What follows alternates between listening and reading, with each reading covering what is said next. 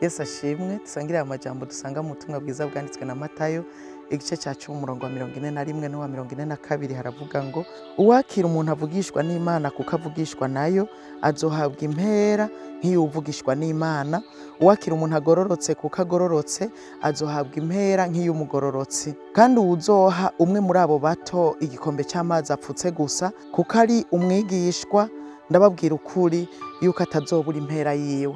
Igikorwa c'Imana kiragutse, niyo majambo nashaka tuganireko. Igikorwa c'Imana kiragutse cyane kuruta uko tuvyiyumvira, kuko kenshi dushira umutima ku bikorwa vy'Imana tubona bikorwa ku mugaragaro nk'ivugabutumwa, abaririmbyi, kubera n'ibikorwa bigaragara. Ariko burya kenshi niyo abantu baje mu rusengero usanga bihutira kwinjira muri ivyo bikorwa vy'ivugabutumwa kuko biragaragara, ibikorwa vyo kuririmba kuko biragaragara. Ariko hari ibindi bikorwa vyo mwibanga bikorwa mwibanga kandi bifise impera ikomeye cyane.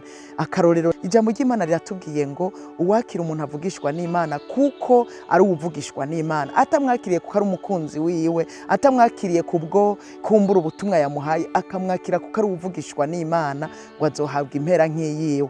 Barongeye kubona uwakira umugororotse kuko iyo biherera kuvugishwa umuntu kumbure yokunze kumwakira kubera yamuhaye ubutumwa bubunezera. Ariko baratubwiye ngo nuwakira umugororotsi atanica arakubwira ukamwakira. Kwakira umuntu rero harimo kumwakira ukamuha indaro, harimo kumwakira ukamuzimana, ukamufata neza, kuko hari igihe dufata neza abakunzi bacu gusa, abagenzi bacu gusa, ariko igihe tuzobikorera uwugororotse kuko agororotse atakindi turavye ngo tuzohabwa impera nk'iyo umuntu agororotse. Ntivyahereye aho, barongera ko ngo nuzo kwakira uwo muntu muto akamuha igikombe cy'amazi apfutse gusa, bakabikora kuko ari umwigishwa, ngo nawe nyene ngo ntazobura impera yiwe. Nshuti yanje, ibi nibikorwa utarinda gukoma induru canke bidakorerwa ku mugaragaro, ariko n'igikorwa c'Imana gikomeye kandi uhererwa impera. Erega gukorera Imana navyo birafise impera, birafise impera turi muri ino si, kandi birafise impera y'ubugingo budashira. Rero ibi n'ibindi bikorwa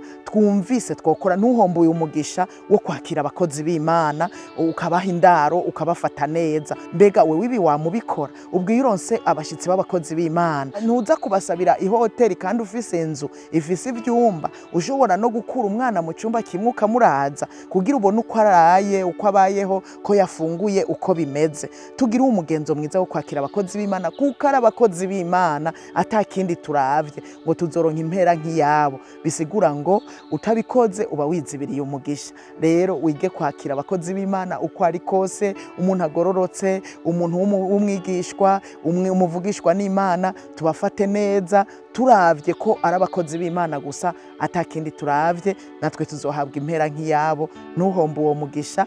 Imana iguhezagire.